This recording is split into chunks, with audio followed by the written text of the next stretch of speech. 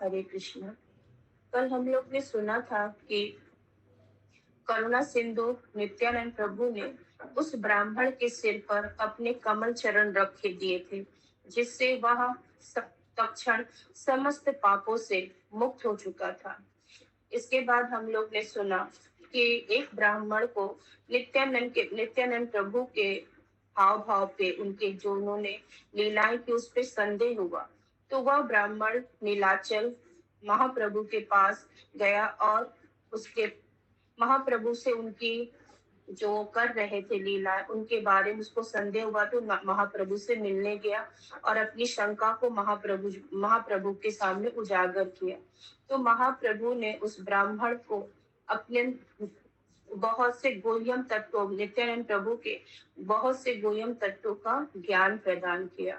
उन्होंने श्रीमद् भागवतम से कहा, जो व्यक्ति श्री कृष्ण की सेवा के अतिरिक्त अन्य सब इच्छाओं से मुक्त है, जो शारीरिक चेतना से परे है और जो प्रत्येक जीव आत्मा को समान दृष्टि से देखते हैं, ऐसे महापुरुष अपने पाप पुण्य कर्मों के अच्छे बुरे फल भोगने के लिए बाध्य नहीं होते और ना ही उन्हें शास्त्रों के नियमानुसार कार्य करने की आवश्यकता है। नित्यानंद प्रभु पूर्णतम शुद्ध है। वे उस कमल पत्ते के समान है, इस संसार में रहते हुए, जो पानी के स्पर्श पे रहने पर भी उससे प्रभावित नहीं होता है। तो महाप्रभु ने उस ब्राह्मण के कल्मश को दूर किया। फिर नित्यानंद प्रभु गदाधर पंडित के घर गए और वहां पे उन्होंने श्री गोपीनाथ का दर्शन किया और नित्यानंद प्रभु वहां गोपीनाथ के लिए चावल लाए थे और वस्त्र लाए थे। हम लोग आगे सुनेंगे। उसी क्षण श्री चैतन्य महाप्रभु प्रकट हुए। सुंदर मुस्कान से युक्त वे हरे कृष्ण महामंत्र का कीर्तन कर रहे थे। उन्होंने मंद स्वर में गदाधर पंडित को उनके नाम से पुकारा और दिव्य आनंद का अनुभव करते हुए उनकी स्तुति करने लगे। फिर मुस्कुराते हुए उन्होंने कहा, गदाधर, आज तुमने मुझे भोज पर नहीं बुलाया। मैं कोई अजनबी हूँ क्या? परंतु यदि तुम मना भी करोगे तो मैं छीन कर प्रसाद ले लूंगा। मैं नित्यानंद प्रभु द्वारा लाए गए तथा तुम्हारे हाथों पकाए चावलों को खाने का अवसर यूं ही जाने नहीं दूंगा। नित्यानंद प्रभु और गदाधर पंडित आनंदित हो उठे। गदाधर पंडित ने एक थाली में भोजन परोसकर श्री गौर चंद्र के सम्मुख रख दिया। पूरा मंदिर और उद्यान भोजन की मधुर सुगंध से भर उठा। चावलों की प्रशंसा करते हुए श्री चैतन्य महाप्रभु ने भोजन को 3 भागों में बांटने का निर्देश दिया। वे गदाधर पंडित और श्री नित्यानंद प्रभु के साथ खाना चाहते थे। सब बैठ गए और पाक कला की प्रशंसा करते हुए महाप्रभु ने कहा, यहाँ तक कि इस प्रसाद की सुगंध भी व्यक्ति को कृष्ण भक्ति का अमूल्य रत्न प्रदान कर सकती है। गदाधर, तुम अति दक्ष रसोइये हो। मैंने आज तक कभी इतना स्वादिष्ट साग नहीं खाया। मुझे विश्वास हो गया है कि तुम वैकुंठ के रसोइया हो और अब पृथ्वी पर प्रकट हुए हो। अब यह सत्य उजागर हो चुका है, इसे और अधिक छिपाने की आवश्यकता नहीं है। इस प्रकार तीनों हास्य विनोद करते हुए भोजन लेने लगे।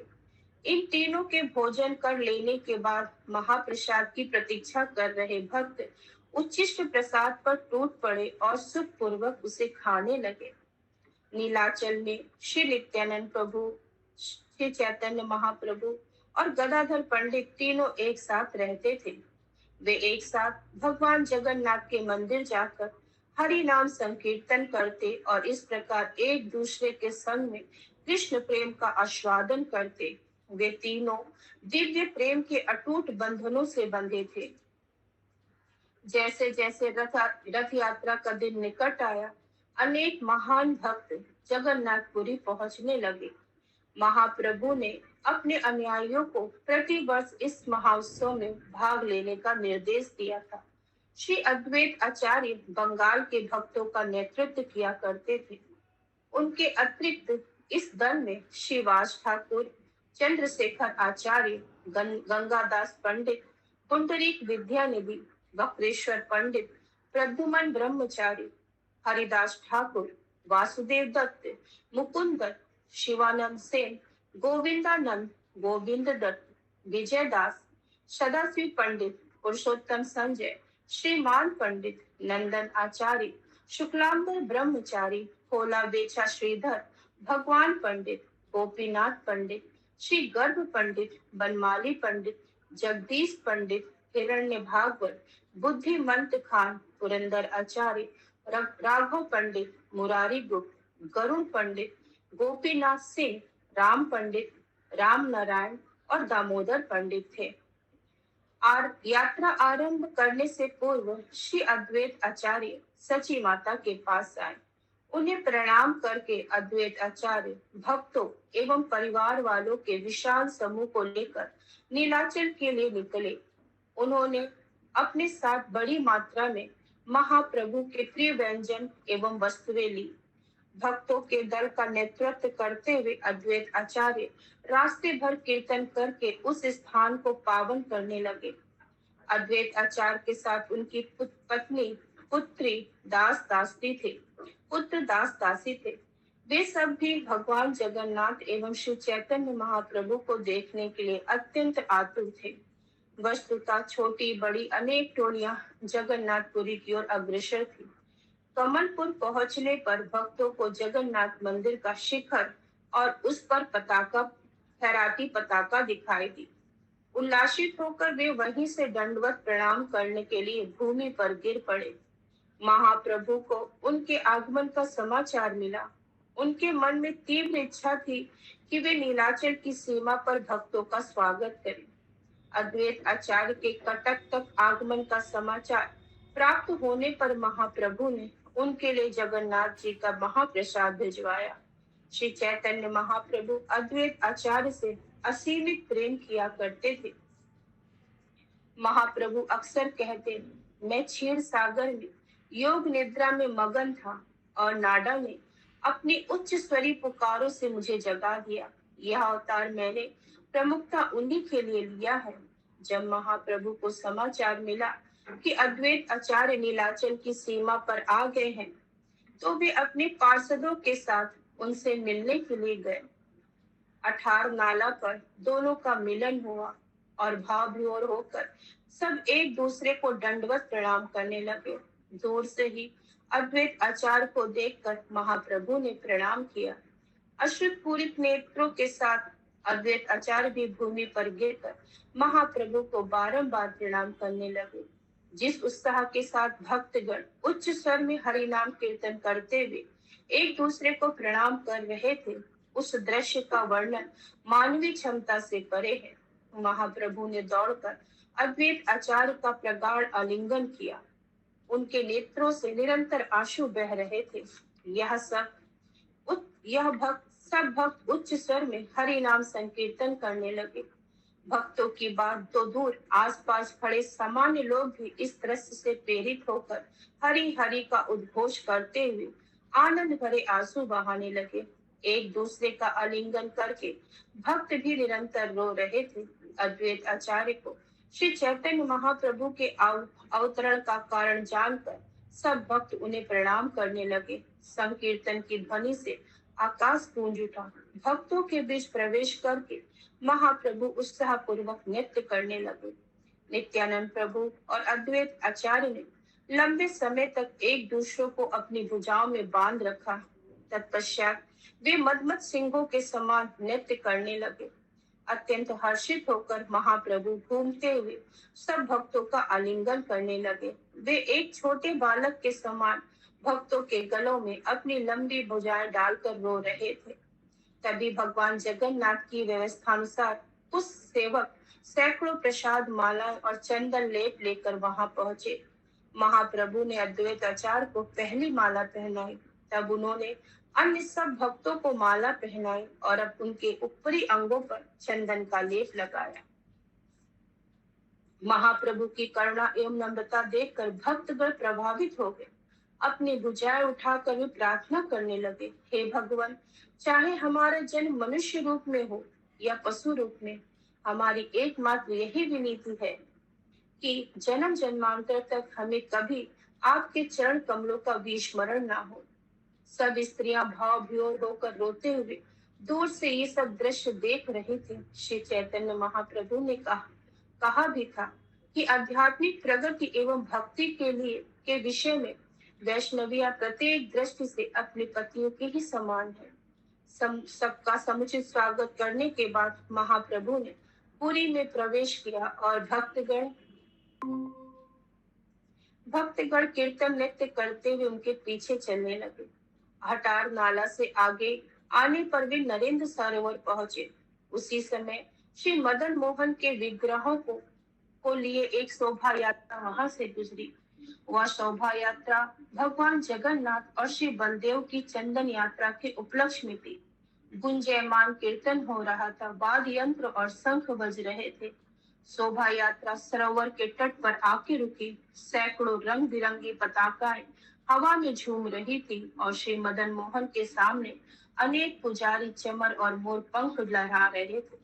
शोभा यात्रा तथा श्री चैतन्य महाप्रभु के भक्त आपस में मिलकर कीर्तन करने लगे और उनका उत्साह कई गुना बढ़ गया। श्री मदन मोहन भगवान जगन्नाथ के उत्साह विग्रह है। श्री विग्रह को एक नौका में सवार कर दिया गया और भक्तगण उन्हें पंखा करने लगे। इस लीला को देखकर भक्तगण अत्यंत संतुष्ट हो गए और महाप्रभु के साथ सरोवर में छलांग लगा दी। तत्पश्चात जिस प्रकार पूर्व युग में भगवान श्री कृष्ण अपने मित्रों का हाथ पकड़कर घेरा बनाते और यमुना में खेला करते थे, आज श्री चैतन्य महाप्रभु नरेंद्र सरोवर में खेल रहे थे। बंगाल में लोग कायर नामक एक खेल खेलते हैं और भक्तगण भी यह खेल खेलने लगे। वे पानी को छपछपाते हुए चिल्लाते काय काय, मिली जुली ध्वनि एक मधुर संगीत उत्पन्न कर रही थी। खेल खेलते समय भक्तगण वृंदावन के ग्वालों के भाव में निमग्न हो गए। बिना किसी भय या संकोच के भक्तगण श्री चैतन्य महाप्रभु पर पानी उछालने लगे। शीघ्र ही श्री चैतन्य महाप्रभु और अद्वैत आचार्य के बीच जल युद्ध छिड़ गया। दोनों पूरी शक्ति से एक दूसरे के मुख पर पानी उछालने लगे। कई बार महाप्रभु विजय होते दिखाई देते, परंतु अगले ही क्षण प्रतीत होता मानो अद्वैत आचार्य कुछ ही समय में उन्हें परास्त कर देंगे। इन दोनों के अतिरिक्त नित्यानंद प्रभु, गदाधर पंडित और श्रीपुरी गोस्वामी जल युद्ध में मग्न थे। मुकुंद दत्त और मुरारी गुप्त लड़ते हुए सिंह के समान गर्जना कर रहे थे। स्वरूप दामोदर और विद्यानिधि पंडित घनिष्ठ मित्र थे और वे दोनों अन्यों से कहीं अधिक तीव्रता से एक दूसरे पर पानी उछालते रहे। अन्य भक्त भी इस खेल में जुड़ने लगे। मदन मोहन जी के साथ विशाल भीड़ चल रही थी। उल्लासित होकर वे सब भी सरोवर में प्रविष्ट हो गए। गृहस्थ, ब्रह्मचारी और सन्यासी सब मिलजुल कर खेल रहे थे, परंतु भगवान की माया शक्ति के प्रभाव से एक भी अयोग्य व्यक्ति वैष्णव के दायरे में प्रवेश नहीं कर पाया और न ही वैष्णव के दिव्य कार्यों को समझ पाया। अपर्याप्त पुण्य एवं मंद भाग्य वाले लोग श्री चैतन्य महाप्रभु के पार्षदों के संग में प्रवेश के अयोग्य थे। परम भगवान श्री कृष्ण चैतन्य महाप्रभु ने लीलाचल में सबकी आंखों के सामने अपनी लीला की, परंतु हर कोई इन लीलाओं की दिव्य प्रकृति को नहीं समझ पाया। वहां अनेक सन्यासी महाजन माने जाते थे, परंतु मायावादी विचारधारा रखने के कारण वे भी श्री चैतन्य महाप्रभु को पहचान नहीं पाए। सरोवर से बाहर आने पर महाप्रभु अपने भक्तों को दर्शन देते हुए जगन्नाथ मंदिर ले आए। काशी मिश्र महाप्रभु के लिए प्रसादी माला लाए और महाप्रभु ने अत्यंत सम्मानता पूर्वक उसे स्वीकार किया। महाप्रभु संन्यास आश्रम में थे, जिसे मानव समाज का सर्वोच्च स्तर माना जाता है। वैदिक शिष्टाचार के अनुसार पिता भी सन्यासी पुत्र को प्रणाम करता है। सामान्यतः एक सन्यासी केवल दूसरे सन्यासी को ही प्रणाम करता है, परंतु जगत को शिक्षा देने के लिए महाप्रभु ने सन्यास स्वीकार किया और वे नियमित रूप से सब वैष्णव को प्रणाम करते थे। इस प्रकार स्वयं के उदाहरण से महाप्रभु ने सिद्ध किया कि वे सबके शिक्षा गुरु हैं। या ध्यान पूर्वक सुनो कि महाप्रभु ने किस प्रकार तुलसी देवी का सम्मान किया। एक समय महाप्रभु ने एक पात्र को मिट्टी से भर लिया। मानो उस पात्र में तुलसी के पौधे को देखते हुए उन्होंने कहा, यदि मैं तुलसी देवी को नहीं देखता तो मेरी स्थिति जल से बाहर निकली मछली के समान हो जाती। जब वे चलते हुए अपनी माला पर जाप करते तो उस समय कोई भक्त उनके सम्मुख तुलसी पौधा लेकर चलता, जिससे उन्हें तुलसी देवी के दर्शन हो सके। जब महाप्रभु जाप करने बैठते तो तुलसी का पात्र उनके सामने रख दिया जाता। पूरा जाप करते समय वे तुलसी देवी के दर्शन करते रहते। जब उनका नित जाप समाप्त हो जाता तो वो पुनः तुलसी को सामने रखकर चलने लगते। जो गंभीर भक्त आदि गुरु महाप्रभु की शिक्षाओं को अपने हृदय में धारण करते हैं, प्रत्येक परिस्थिति में उन्हें सुरक्षा प्राप्त होती है। भगवान जगन्नाथ को प्रणाम करके महाप्रभु अपने भक्तों के साथ अपने निवास लौट आए। महाप्रभु ने अपने भक्तों की सब इच्छाएं पूरी की। वे पिता के समान उनकी देखभाल करते और भक्त भी उन्हें छोड़कर कहीं नहीं जाते। महाप्रभु की कृपा से हर कोई देख सकता था कि वे वैष्णव सीधे आध्यात्मिक जगत से वहां आए थे। अद्वैत आचार्य ने एक बार महाप्रभु से कहा था, इन महान वैष्णव को देवगढ़ तक नहीं देख सकते, परंतु आपकी कृपा से हम सहज ही इन्हें देख सकते हैं। बंगाली भक्त अपने साथ महाप्रभु के प्रिय खाद्य पदार्थ लाए थे। चूंकि उन्होंने बचपन से महाप्रभु को देखा था, इसीलिए वे उनकी अप्रिय वस्तुओं से भली भांति परिचित थे। नीलाचल में कुछ भक्त मिलकर महाप्रभु के प्रिय व्यंजन बनाते और फिर उन्हें भोजन पर आमंत्रित किया करते। महाप्रभु विभिन्न भक्तों के यहाँ प्रसाद पाकर अत्यंत प्रसन्न होते। श्री लक्ष्मी देवी का अंश होने के कारण सब वैष्णव की पत्नियां पाक कला में पटु थी। यही प्रेम भक्ति का मार्ग है। भक्तगण आनंद पूर्वक महाप्रभु की सेवा करते थे और महाप्रभु भी असीमित प्रसन्नता पूर्वक उन्हें स्वीकार करते। एक दिन अद्वैत आचार्य महाप्रभु के पास आए और कहा, महाप्रभु, मैंने थोड़ा सा भोजन पकाया है, कृपया मेरे घर आकर अपनी उपस्थिति से मुझे कृतार्थ कीजिए। महाप्रभु ने कहा, आचार्यवर, आपके द्वारा बनाए गए भोजन को स्वयं श्री कृष्ण खाते हैं, इसीलिए वह भोजन मुझे जीवन प्रदान करता है। मैं कभी भी आपके द्वारा बनाए भोजन को मना नहीं कर सकता। प्रसन्नचित अद्वैत आचार्य घर लौट आए और अपनी पत्नी सीता देवी के साथ दोपहर के भोजन की तैयारी करने लगे। सीता देवी ने नवद्वीप से लाए सारे व्यंजनों को खोला और अपने पति को देने लगी। तब उनके हृदय सिंह पर महाप्रभु को विराजित करके अद्वैत आचार्य ने रंधन आरंभ किया। सीता देवी उन्हें सब्जियां, मसाले एवं अन्य सामग्रियां देने लगी।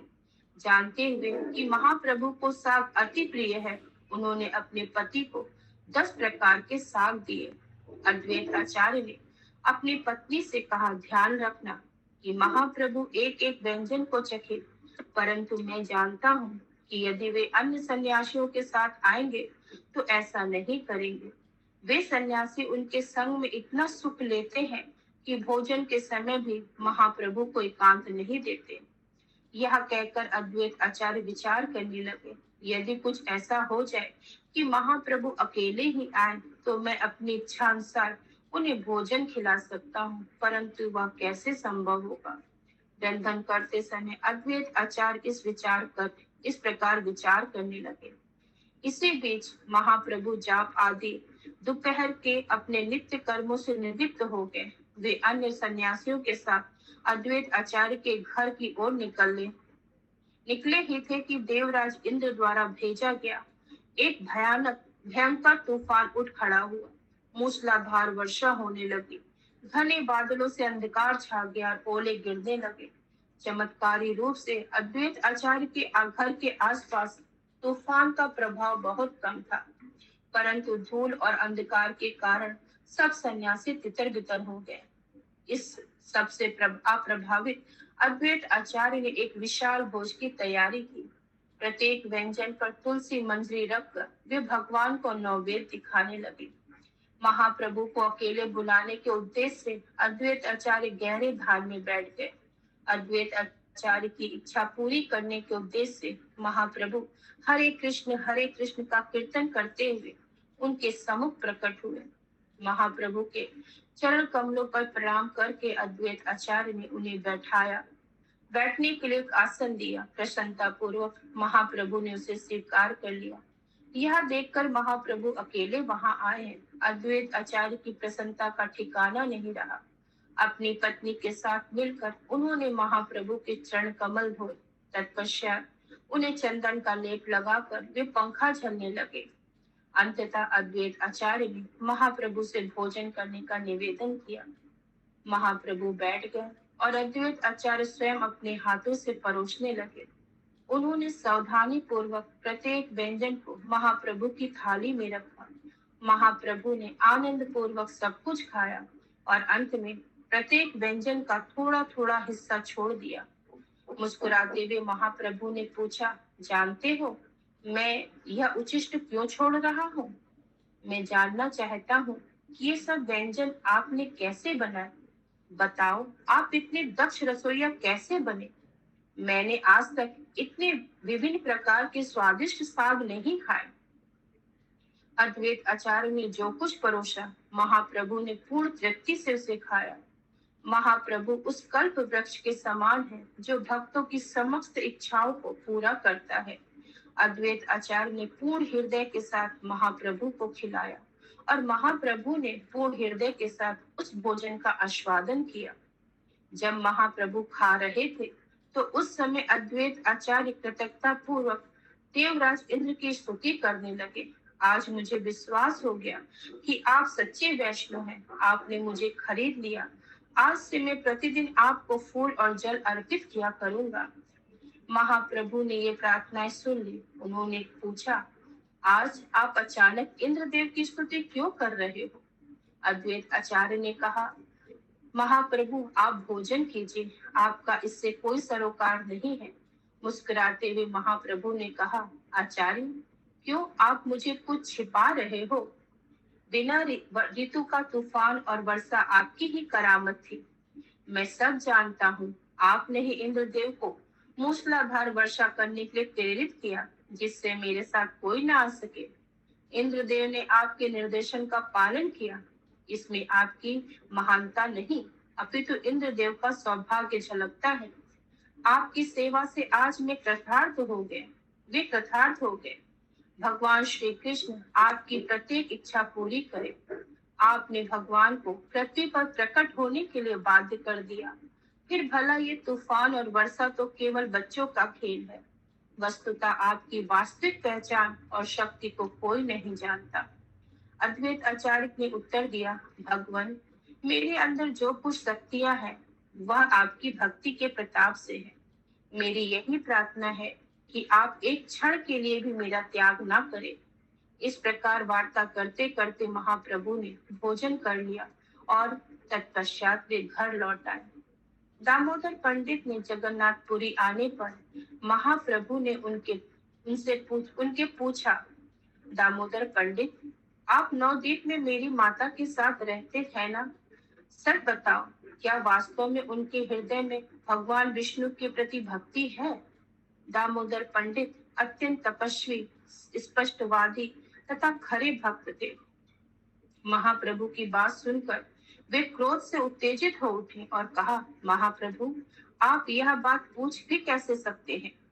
आप में जो भक्ति है वह केवल सची माता की कृपा से ही है। वस्तुतः वे मूर्तिमती विष्णु भक्ति है।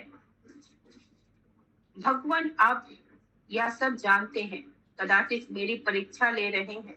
यदि किसी संसारिक वस्तु का संबोधन करते हुए भी किसी के मुख से आई, बंगाल में माँ को आई कहा जाता शब्द निकलता है, तो इसके दिव्य प्रभाव से वह समस्त कष्टों से मुक्त हो जाएगा।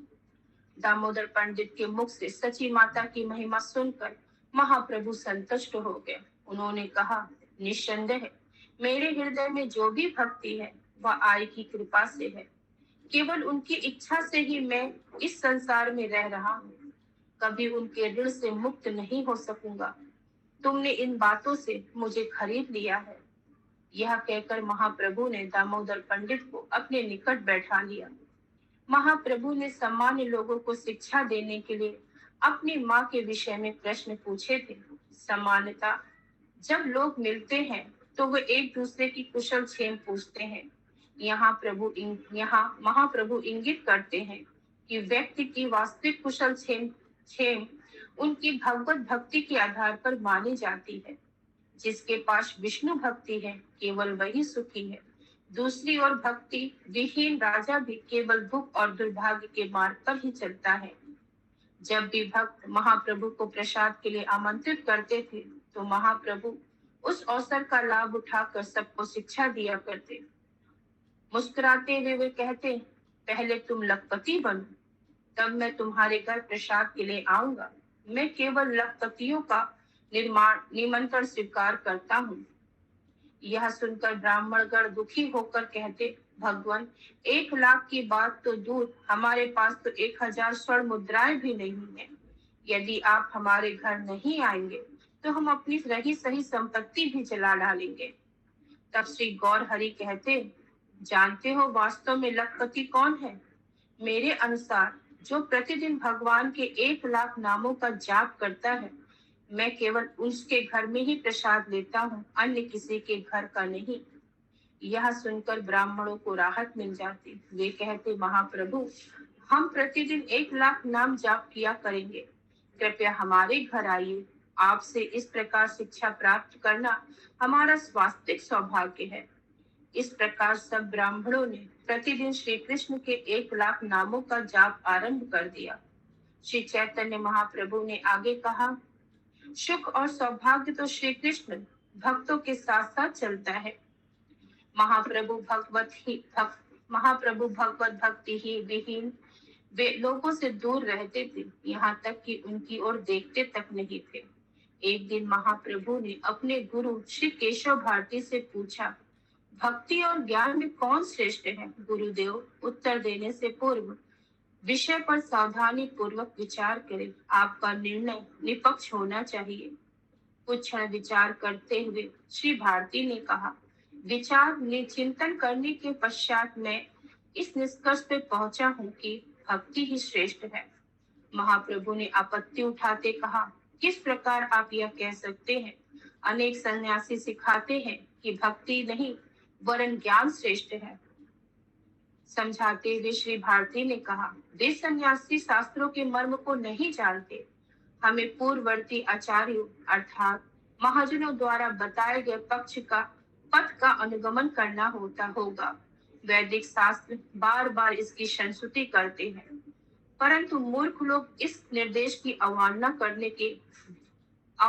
करके भ्रष्ट पथ पर चलते हैं।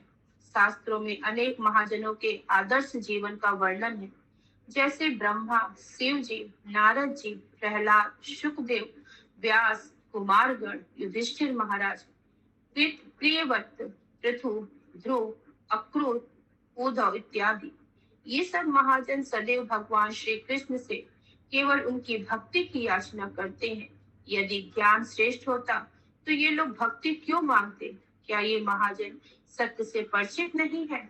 केशव भारती ने शास्त्रों से अनेक उदाहरण दिए। यह सुनकर श्री चैतन्य महाप्रभु हर्षित और उच्च स्वर में हरि हरि का उच्चारण करने लगे। हरे कृष्णा। सभी वैष्णव के चरणों में दंडवत प्रणाम। श्री चैतन्य महाप्रभु श्री चरण के चरणों में प्रणाम। हरे कृष्णा।